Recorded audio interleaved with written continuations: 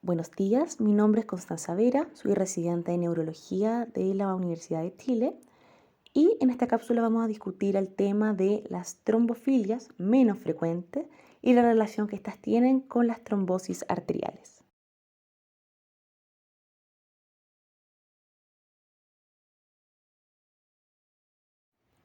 Para comenzar, vamos a hablar del polimorfismo del gen de la metiltetrahidrofolato reductasa. Podemos ver a la izquierda este gráfico donde sale el ciclo de la homocisteína, su producción, el ciclo de metil también. Y vemos que la metiltetrahidrofolato reductasa, que se abrevia como MTHFR, es la enzima que va a limitar este ciclo y está codificada por el gen MTHFR. Va a catalizar por la conversión de la 5,10 metiltetrahidrofolato a 5-metiltetrahidrofolato, que a su vez es un cosustrato para la remetilación de la homocisteína a metionina.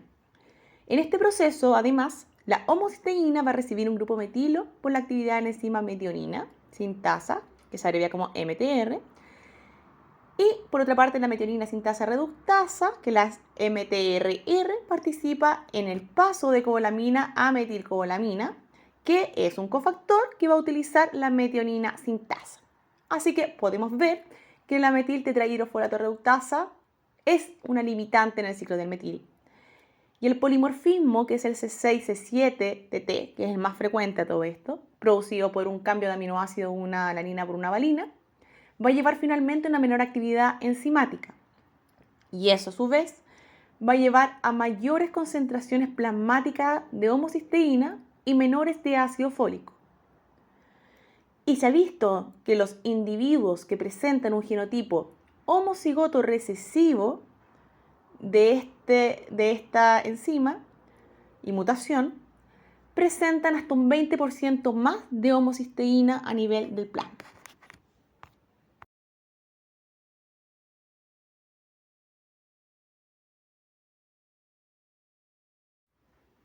Por otra parte, sabemos que la hiperhomocisteinemia se relaciona con un mayor desarrollo de enfermedades cardiovasculares, ya sea por un mayor índice de aterosclerosis y también de trombosis. Ya está clara la relación entre el polimorfismo, la verdad, y la trombosis venosa. Y también se ha propuesto la relación entre este y la trombosis a nivel arterial. Podemos ver acá uno de los metaanálisis más grandes que se ha realizado en relación a este tema. Este incluyó 19 estudios con un total de 6.110 pacientes, de los cuales 2.223 eran casos y 2.936 controles. A todos ellos se le hizo una secuenciación del gen para ver si existía esta variante de este alelo. Podemos observar abajo, como se pueden ver, las curvas de O'Reilly del grupo que era homocigoto dominante, o sea que no tenía este polimorfismo, aquel que era homocigoto recesivo, aquel que era heterocigoto y aquel que tenía la presencia del alelo T. Podemos ver que la presencia de este alelo T, que es la mutación, se relaciona significativamente con un mayor riesgo de desarrollo de ictus. Entonces, lo que se vio de que aquellos que poseían el alelo T tenían 1,28 veces más riesgo de sufrir un accidente vascular isquémico. Y de hecho, en el análisis de subgrupo de este mismo gran metaanálisis, se vio que tanto en la población asiática como europea, la presencia de el genotipo homocigoto recesivo con esta mutación tenía un riesgo mayor de sufrir accidentes cerebrovasculares isquémicos. Por lo tanto, la verdad es que acá los resultados son bastante concordantes con otros metaanálisis anteriores, solo que acá la población fue menos heterogénea porque sacaron algunos trabajos que tenían unas diferencias de significancia diferentes y se concluye que este polimorfismo C677T podría estar potencialmente involucrado con el desarrollo del ictus.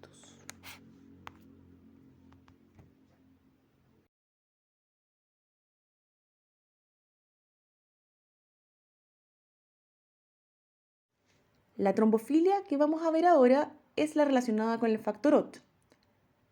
El sistema de coagulación está compuesto por células y proteínas procoagulantes, profibrinolíticas y reguladoras, y se conocen alteraciones específicas de cada uno de los componentes de este sistema que podrían predisponer al paciente a sufrir una hemofilia o bien una trombofilia. Y en el estudio de trombofilia de Leiden, que se hizo hace bastantes años, se vio que aquellos pacientes que tenían un déficit del factor 8 presentaban un menor riesgo o acontecimiento de eventos trombóticos a nivel venoso. Si revisamos la cascada de coagulación, nos damos cuenta que este factor va a actuar como un cofactor para la activación del factor 10. Por otra parte, se ha visto que el aumento de la concentración del factor 8 podría deberse a distintas causas, entre ellas un aumento de la concentración o actividad de este, probablemente debido a cambios posttradicionales, pero también una menor regulación de algunos componentes, por ejemplo, el factor de von Willebrand, que también estabilizaría los niveles de trombina y la regulación de feedback positivo que tiene con el factor 10A o 10 activado. Los niveles normales de factor 8 a nivel sanguíneo van entre los 100 a 200 nanogramos por ml, pero cuando existe un incremento que llega hasta los 100, 150 unidades internacionales por decilitro, ya se ve que este aumento de trombosis aumenta hasta 6 veces.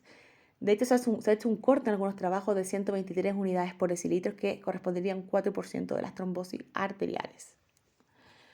Además, es posible que la concentración de este factor 8, el incremento de aumente el porcentaje tanto de la activación de la trombina, por lo tanto también la formación de fibrina, y también podría disminuir la sensibilidad a la proteína activada, que tendría la función de inactivar estas proteínas. El estudio más grande que se ha hecho, que abarcó cerca de 14.700 pacientes, evidenció que existía una asociación independiente entre los niveles altos de factor 8 y un mayor riesgo de accidente cerebrovascular isquémico. Y había un aumento tanto de riesgo del primer evento como también de recurrencia.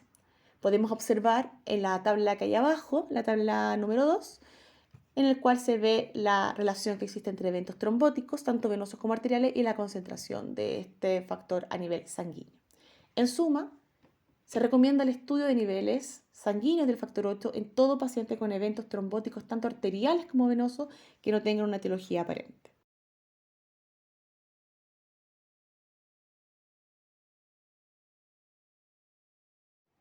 Y por último vamos a hablar sobre la deficiencia del factor 12 de la coagulación. Primero que todo hay que tener claro que existen dos tipos de deficiencia de este factor, aquella que es congénita, que es por una enfermedad autosómica recesiva, que generalmente los individuos son asintomáticos y que se caracterizan porque tienen un TTPK que está prolongado, suele ser un hallazgo. Y existe también aquel que es adquirido, que en general se relaciona con eventos o enfermedades linfoproliferativas o bien síndrome nefrótico, ¿ya? En relación a cuál es la función de este factor de la coagulación, se ha identificado que tendría una doble función.